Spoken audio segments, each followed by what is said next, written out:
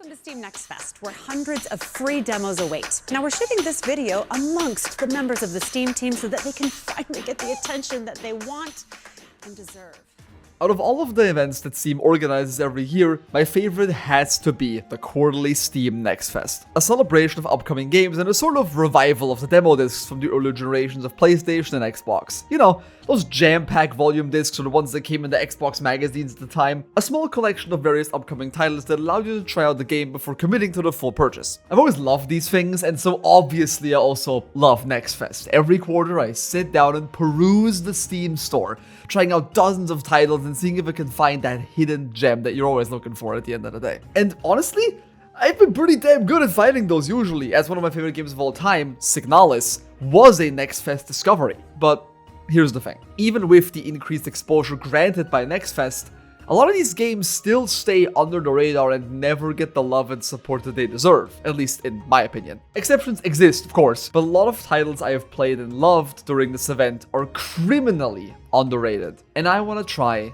and change that. So, here's some of my favorite discoveries from Steam Next Fest 2026. All of these games are extremely unique and interesting and have some sort of impact on me when I played them, for better or for worse. It really does depend. And I know for a fact that the first one is already gonna raise a bunch of eyebrows. Because if you know the backstory of the studio that made it, it is no wonder that you're like, is that okay talking about this shit right now? But let me tell you, this is 100% worth checking out because I was genuinely surprised by how good this game is. I am of course talking about...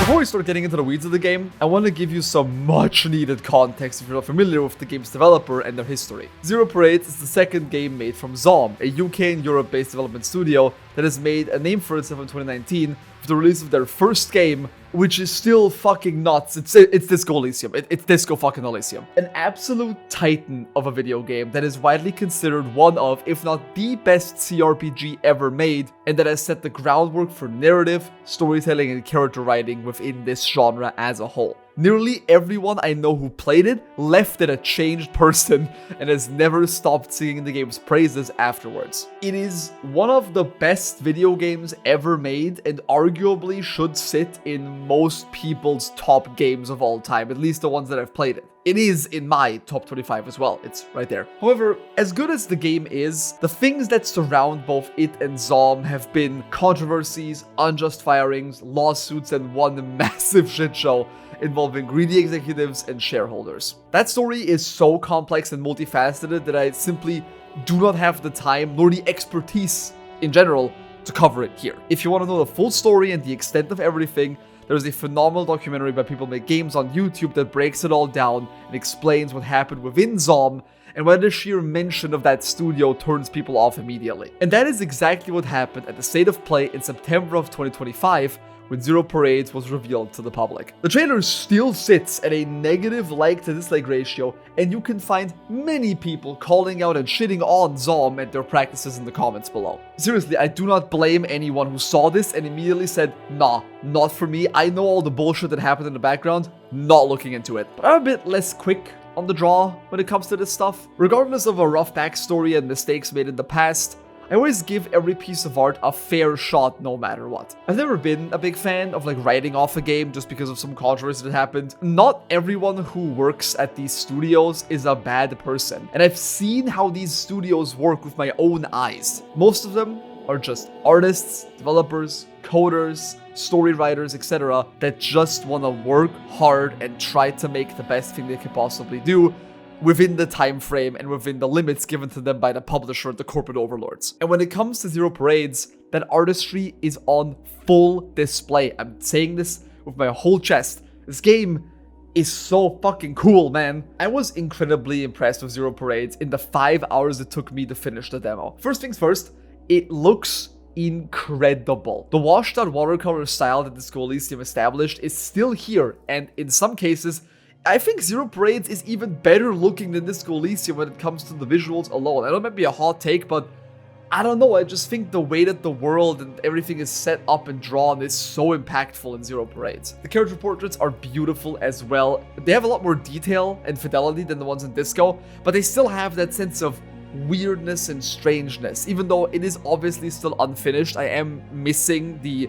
backgrounds of the Disco pieces, the backgrounds of all the characters, but I believe that the full version will probably remedy that. Like I've said before, Zero Parades is a CRPG, and so the gameplay is exactly what you would expect from such a game. You walk around this semi-large world, interact with these people, and being locked into these long conversation strings that can go down in a lot of different ways depending on your choices and your skills. You play as Herschel Wilk, codenamed Cascade, a master spy who is currently spiraling down the drain. She's been suffering from dissociative amnesia for a long time due to a traumatic event in the past that has left her betraying her friends and being ousted from the original company she worked for. When the game starts, you find yourself in the middle of one of these episodes, and once you come back to your senses, your eyes fall on the interior of a dusty motel room with your assistant, codenamed Pseudopod, found dead, or at least something similar to dead, in his chair. You call your station, trying to figure out what the fuck is happening, and only get told that your mission has been cancelled, you're being discharged again, and that you need to leave the area immediately. However,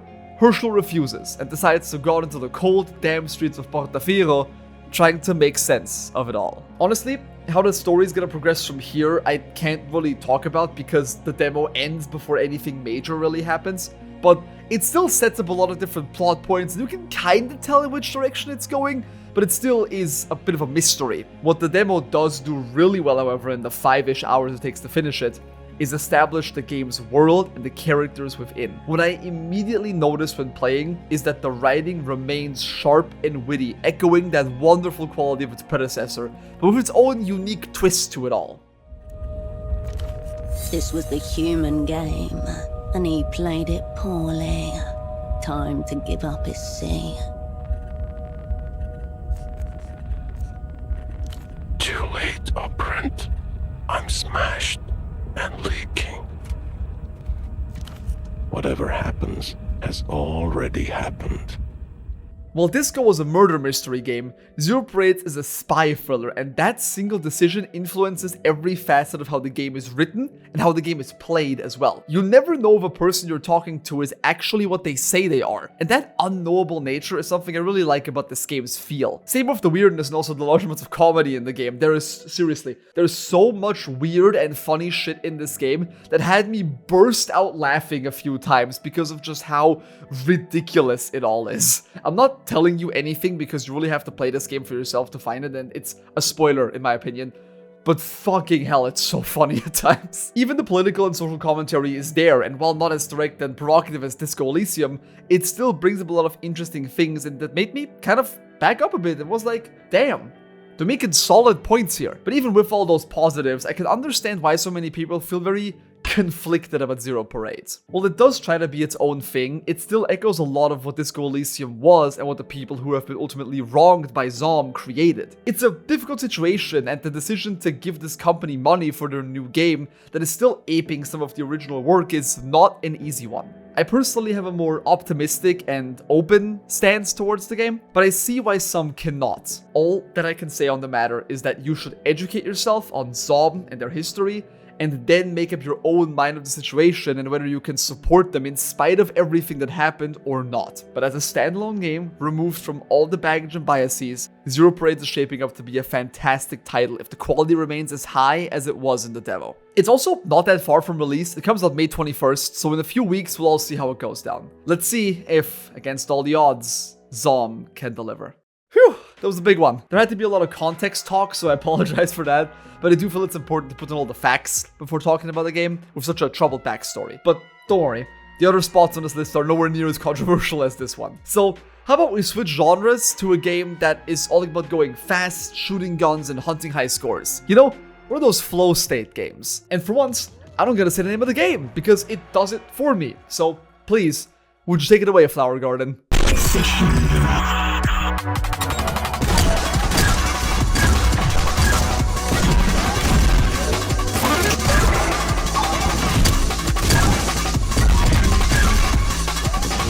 person that watched the marathon trailer and thought to yourself, that's cool and all, but what if it was monochromatic and around 1,000 times faster and has like sick-ass breakcore beats? Well, if that extremely specific description applies to you, you gotta check out CICADAMATA. CICADAMATA is the debut title from the developer Flower Garden, and is about what would happen if you crossed Marathon and Neon White. An aesthetic heavily inspired by graphic design and typography, and the high score chasing energy of the speedrunning games are the two tenets that define CICADAMATA. You play as robotic unit White Rabbit, and equipped with your trusty companion Joyous, you need to dash, jump, and strafe your way through various different worlds, ridding them of pesky infestations and collecting these cores along the way. Once you collect all the cores and or kill all the enemies, head to the extraction point to get your time and rank for the given level. CICADAMATA's formula is extremely similar to Hyperdemon from my last video. By the way, go watch that video, it's really cool, I'm very proud of that one. Crazy fast, crazy visuals, and simply phenomenal to play at every single level. And just like Hyperdemon, there are a lot of hidden mechanics and tech here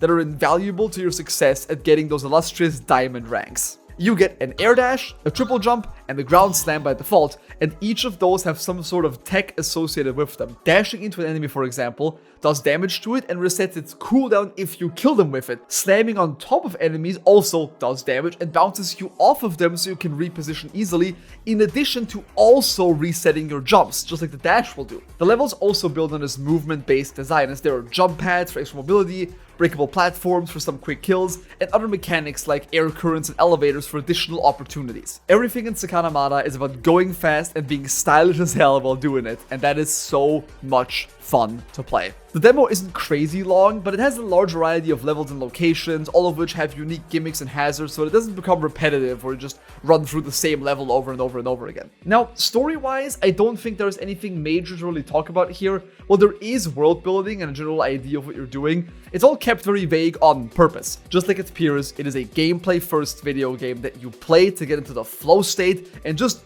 ball out in as you fly through these monochromatic worlds on Mach 5. Also, hey Flower Garden, if you're watching this, why did you decide to make White Rabbit a low poly character, but then the most detailed part of her entire model is her ass? What did you mean by that, huh? I don't think I need to say much more. You probably already know if you're gonna like this game or not by just looking at it. Just fucking buy CICADAMATA when it comes out, okay? The game is fire.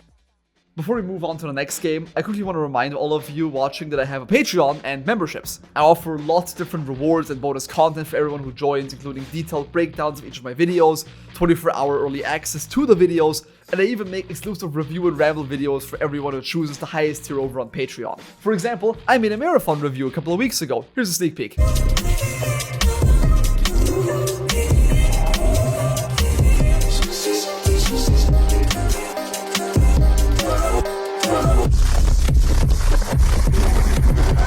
If you want to go the extra mile and ensure that I can make these videos for a long time and just want to support me more than just watching my shit or subscribing to my shit or liking my shit or sharing my shit or shitting my shit, I don't fucking know, man. It would mean a lot to me if you could consider joining one of those two membership options. It really does help a lot. Links in the description. Okay, I'm done. Back to the video. Now, so far, we've been in a very games with a unique aesthetic type role with this video so far, and for good reason. I usually gravitate to these more out there and stylistic pieces of art that you no doubt already know if you watched any of my prior videos. And the next one that I picked out absolutely falls into that category as well. So let's sit back, relax, and enjoy a good old-fashioned cryptic as fuck puzzle game. Let me introduce you to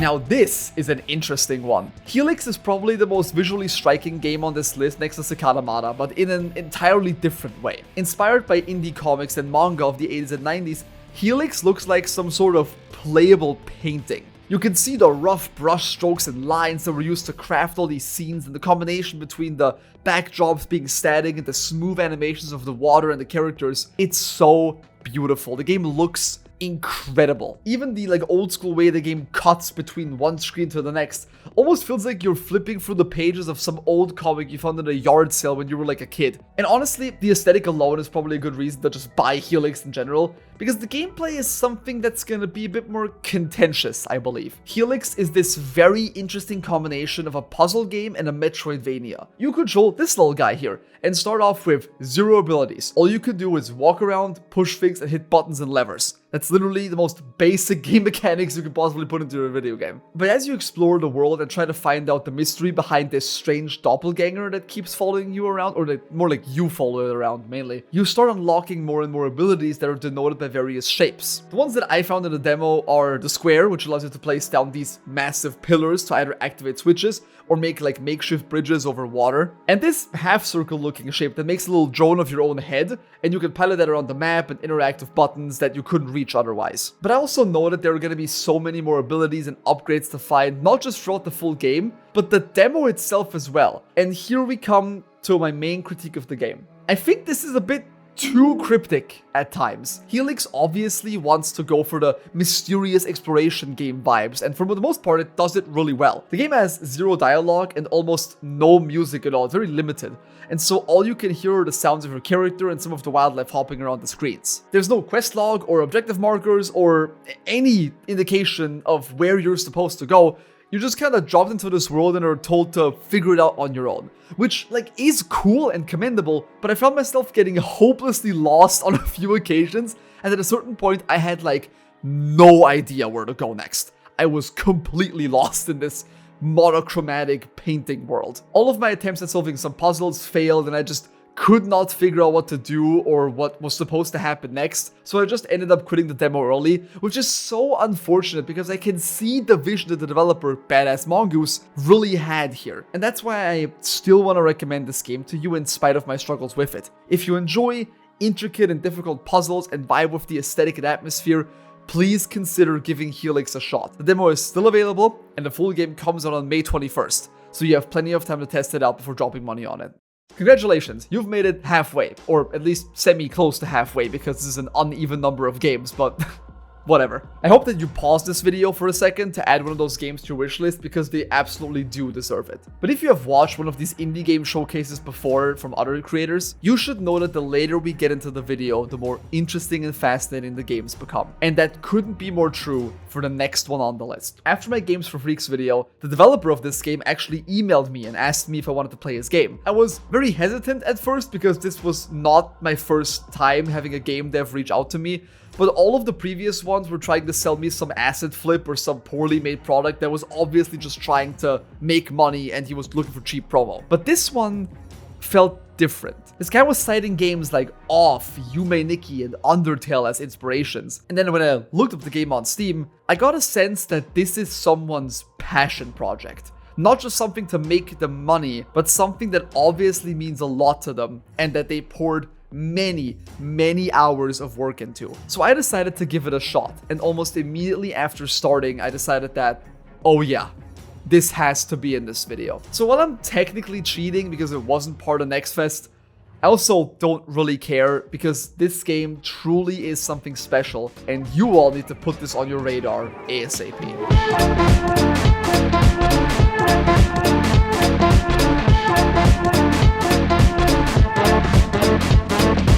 Talk about a surprise hit, holy crap. Pollyanna is best described as a dreamlike rabbit hole. A small game from a solo developer that wants to be so much more than just your average indie game. Those inspirations I mentioned prior are almost immediately apparent, but never have I felt that the game is copying them or is worse for it. I really believe that with enough polish and refinement, Pollyanna can be something akin to a one-shot. A game that might not be much on the surface, but that completely blows you away with its story, its characters, its writing, and just its world and the feelings you get when existing in it. Pollyanna is your classic top-down action-adventure game. You control this little robot guy here, and wake up on the planet of Earth 3, which from the looks of things is not doing very well. After an introduction from your robot friend Cora, you learn the basic abilities of moving around, and suddenly...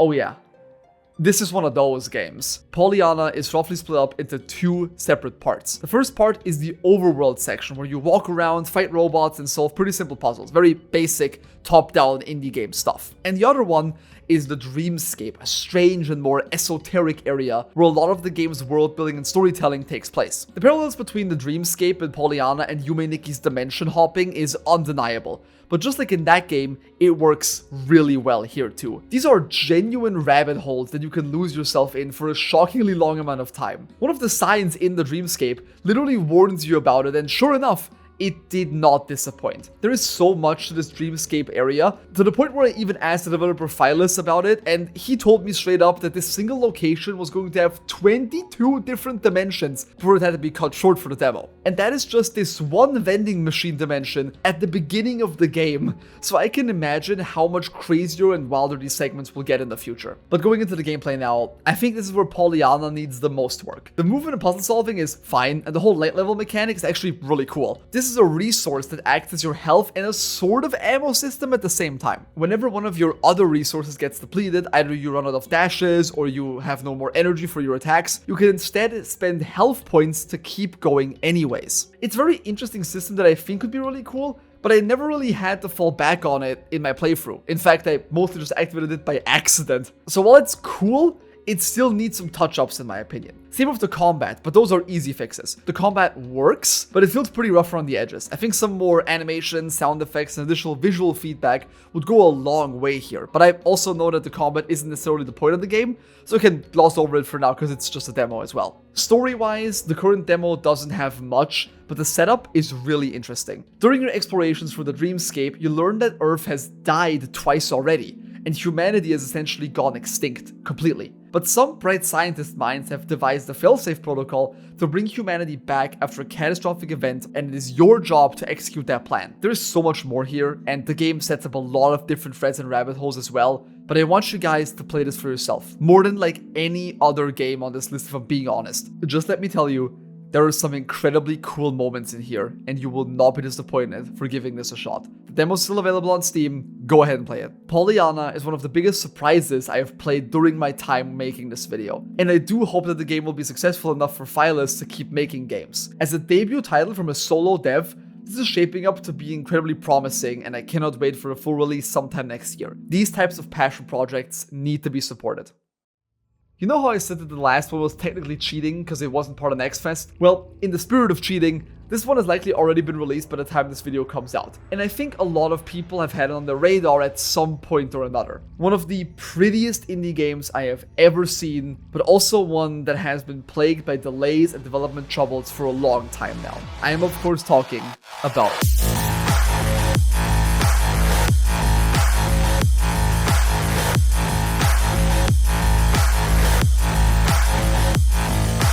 For a long time, I had no idea what Replaced was even supposed to be. After its reveal in 2021 and seeing a game that, at least at the time, was one of the most beautiful pieces of pixel art I have ever seen, Sad Cat Studios went quiet. The advertised release date of 2022 came and went without a single word or update regarding the game. And there is a very good reason for that, because the developers are originally based in Belarus.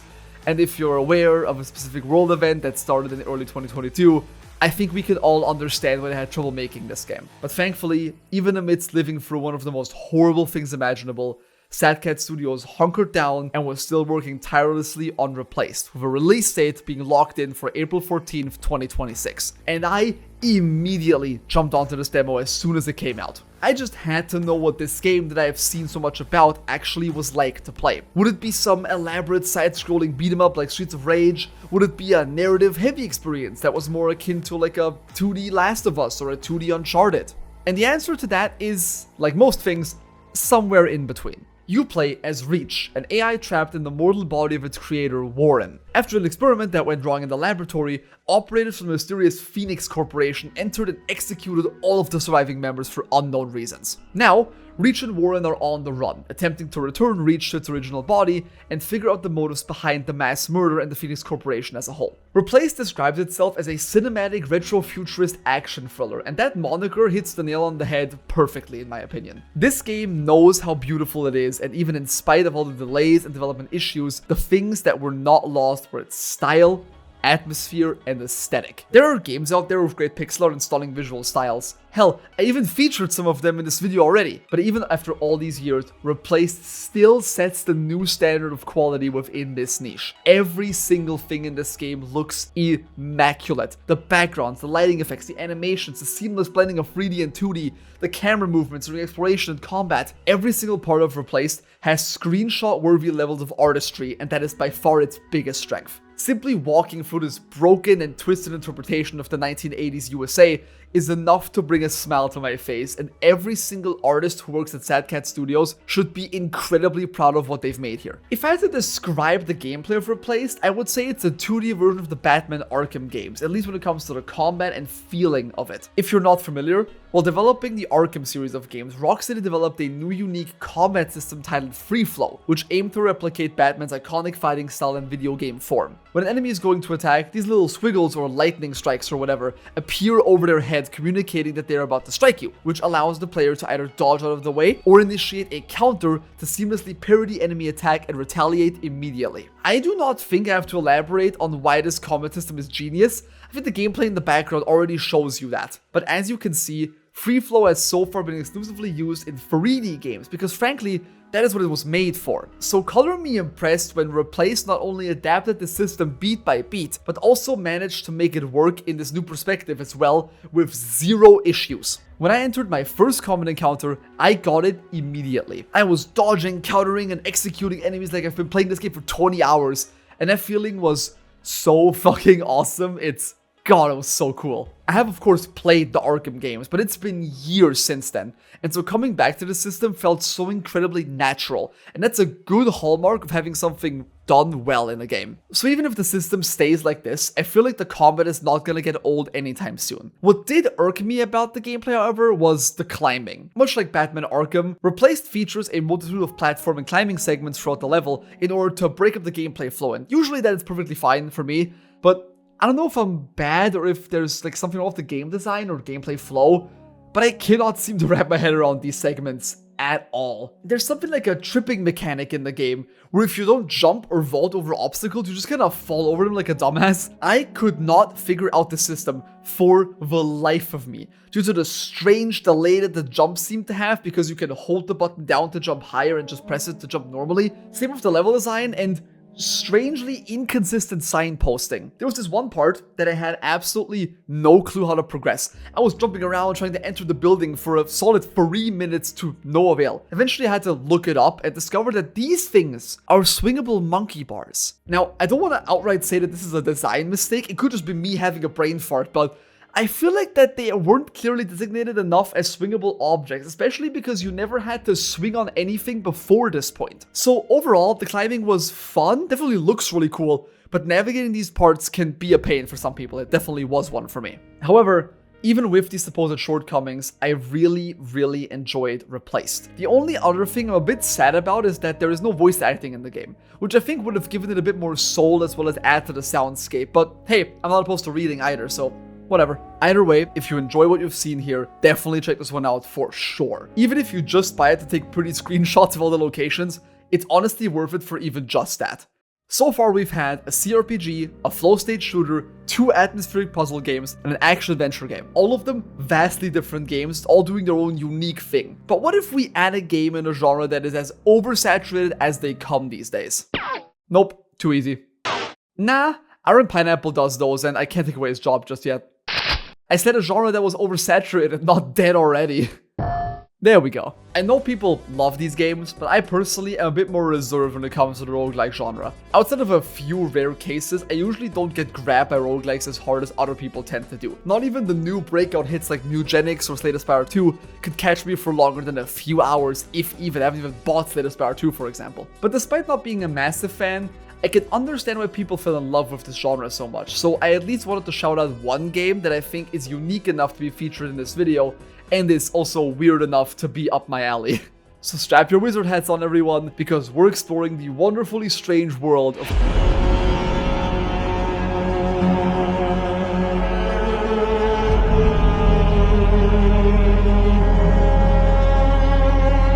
Once again, I am technically cheating because the game is already out, but it's my video, what the fuck are you gonna do about it? On the surface, Pluto is a deck building roguelike in the vein of Slay the Spire. You pick your character, you have a map with different paths to take, you have a shop, you have a very high difficulty, and you have a variety of items and trinkets to shape your run. But I think you can see that from just looking at this game, there is something special and weird going on here. In Pluto, you play as a powerful wizard that was imprisoned for various wizard crimes and wake up one day from your wizard slumber to a wizard note from your non-wizard niece who invites you to her birthday party. Of course, you can't say no. And so you decide to break out of prison and fight your way through the hordes of monsters that reside within the dungeon by slinging spells and casting power words. Not because you're some incredible hero, you just want to be a good uncle to your niece. Out of all of the roguelike deck builders out there, Pluto is the one that intrigued me the most because of its art style and general aesthetics. The game is entirely hand-drawn and fully embraces that old-school dark fantasy style that I honestly haven't seen that much of in general. It echoes designs from a bygone era of fantasy art, with a big inspiration likely being the works of John Blanche and his famous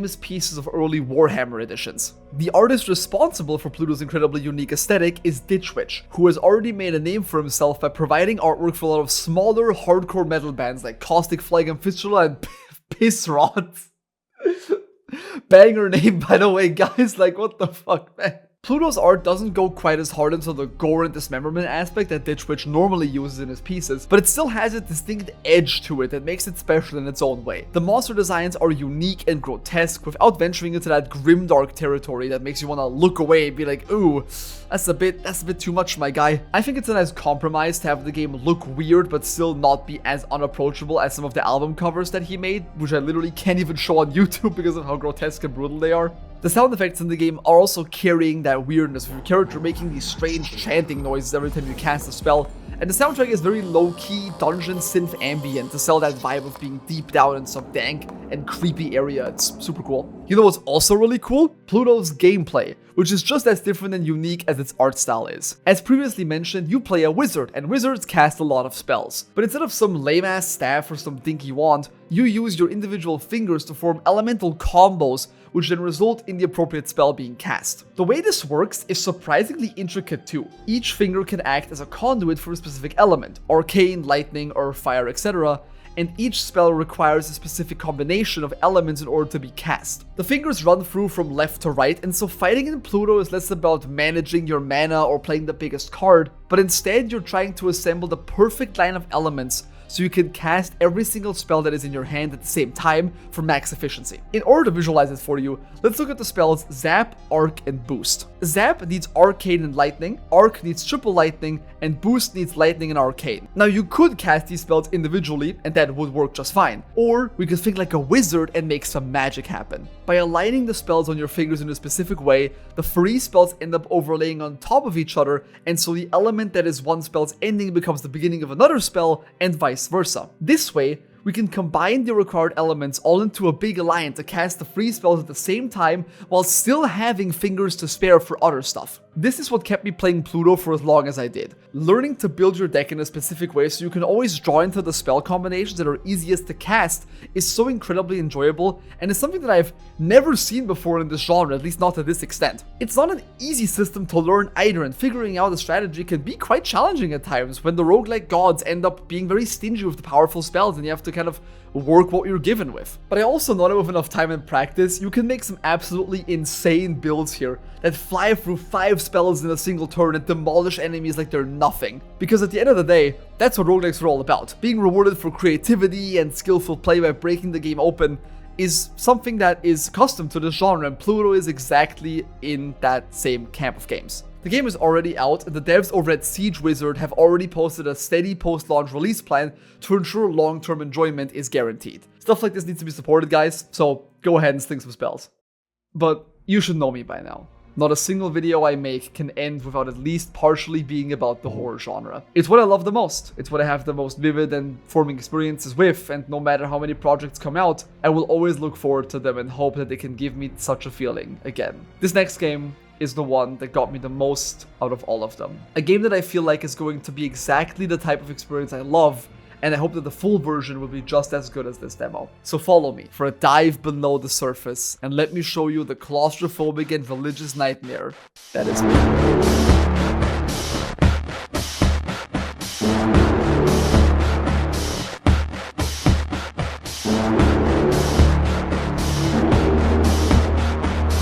This right here is Ridley Core, baby. Unique aesthetic and identity, check. A thick and oppressive atmosphere, check. Weird and quirky gameplay that follows an uncompromising vision, check. And plenty of tense moments and scares. Fucking check. Mole is the exact type of game that I come to Next Fest for. A game that just grabs me with everything it does, and one that I would never ever find if it wasn't for those beautiful quarterly events. You play as Victor, the navigator of a massive drilling vessel called the Mole. Oh hey, that's the name of the game. A rusted and dimly lit metal box that has been dispatched by the government of a nondescript Slavic country after finding a strange frequency coming from 8,500 meters beneath the soil. You and 3 other crewmates have been given the honor to pilot this vessel and discover what the hell could possibly be down there. But that all changes one day when Victor wakes up and finds the Mole shot down and the rest of his crew missing. And so the investigation begins as you try to figure out what the hell happened to all of them without going insane and maybe discovering a few unknowable horrors along the way. I'ma be real, there is not gonna be much crazy analysis or backstory here. I just fucking love this game and everything it does so much. It's genuine insanity how much this game is just my thing. The incredible 3D pixel art aesthetic, the haunting soundscape of the Mole and all the analog machinery within, the immersive way you interact with the game world, the strange reality warping moments as Victor slowly loses his mind. This entire segment here where you crawl through the vents to get to the cockpit, and there's so many other moments that I want to gush about because, oh my god, this game is so fucking good. It's so cool. Out of all of the Next Fest that I've been a part of over the years, this one gives me the exact feeling that Signalis gave me back in 2022. A game so unique, so interesting, so focused on what it wants to do, that I cannot do anything but be utterly captivated by it. And Signalis ended up becoming one of my favorite video games of all time, sitting at the number 2 spot on my list currently. I own it physically, I bought the limited edition vinyl, and I have a multitude of posters and artworks all referencing it around my room. And for a game to give me that same feeling, that same notion of discovering this small title that nobody has ever heard of on a whim, and for it to be so etched into my brain, that right there is the magic of Steam Next Fest. That is also the magic of Mole. I hope this game is going to be the next hidden gem, the next Signalis or the next mouthwashing. That one game that in a few months' time will get one of those insane 3-hour-long video essays or story analysis videos. I hope that this is gonna be the game that is going to be the breakout success for the developer of Black Creations and puts them on the map as new age horror developers. I hope that this game will hit many other people the same way that it has hit me. But even if that doesn't happen, even if this game will remain obscure and small, or even if it won't even be as good as I want it to be, I still cannot deny that feeling it has given me. That feeling of discovering a true hidden gem amongst all of the mediocrity that's being dumped onto Steam every single day. That feeling of having a game that only you know about and is your little secret. And regardless of quality, public appeal, or developer backstory, that is a special feeling.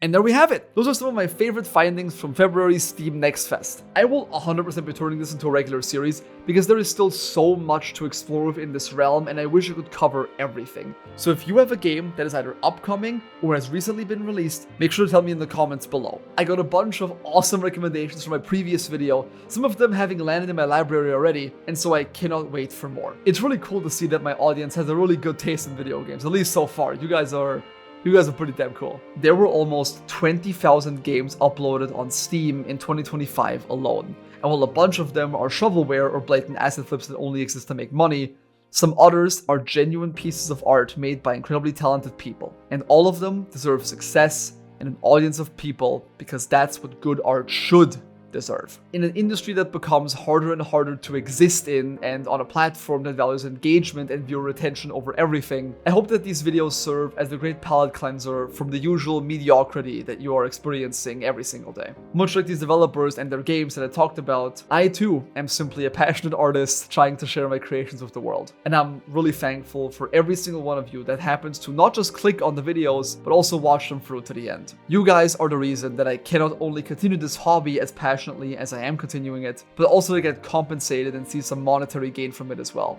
It's truly something no creator takes for granted at all, and neither do I. Once again, if you like what I make here and you want to support me directly, Patreon or YouTube memberships available down in the description below. I love every single one of you. And until next time, ciao ciao.